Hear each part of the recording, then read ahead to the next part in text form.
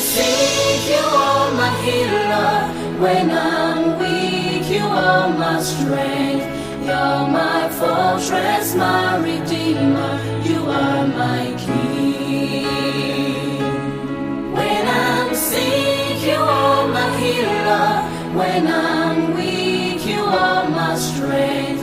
You're my fortress, my redeemer. You are my king.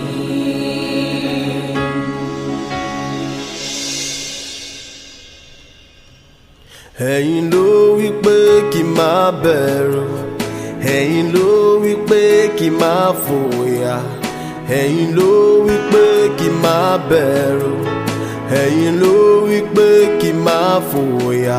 Mi ò ní bẹ̀rù, mi ò ní fòyà o, mi ò ní bẹ̀rù,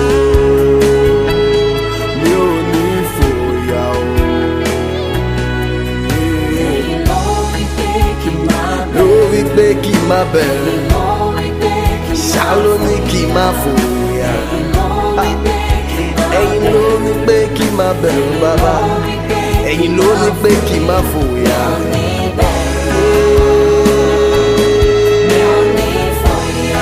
Àyà kí ó fò mí, bàbá mi bẹ́ẹ̀ fòyà o.